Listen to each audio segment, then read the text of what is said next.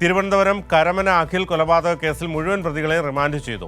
14 ദിവസത്തേക്കാണ് റിമാൻഡ് ചെയ്തത്. കൃത്യത്തിൽ നേരിട്ട് പങ്കെടുത്ത 3 പേരെയും സഹായികളായ 5 പേരും ഉൾപ്പെടെ കേസിൽ 8 പേരെയാണ് പോലീസ് പ്രതി ചേർത്തത്.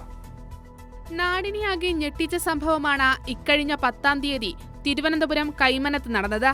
സംഭവത്തിൽ അതിവേഗത്തിലാണ് പോലീസ് പ്രതികളെ പിടികൂടിയത്.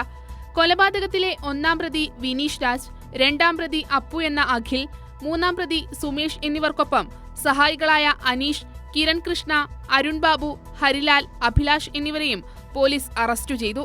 കേസിലെ 3 പ്രതികളെയും ഇന്ന് അറസ്റ്റ് ചെയ്ത അരുൺ ബാബു, അഭിലാഷ് എന്നിവരെയും മജിസ്ട്രേറ്റിന് മുന്നിൽ ഹാജരാക്കി റിമാൻഡ് ചെയ്തു. 14 ദിവസത്തേക്കാണ് Thiruvananthapuram first class judicial magistrate കോടതി പ്രതികളെ റിമാൻഡ് ചെയ്തത്.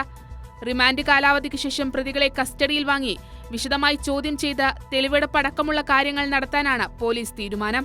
കഴിഞ്ഞ മാസം 26-ാം തീയതി ബാറിൽ വെച്ചുണ്ടായ തർക്കം അതിക്രൂര കൊലപാതകത്തിലേക്ക് നയിക്കുകയായിരുന്നു. കൈരളി ന്യൂസ്, തിരുവനന്തപുരം.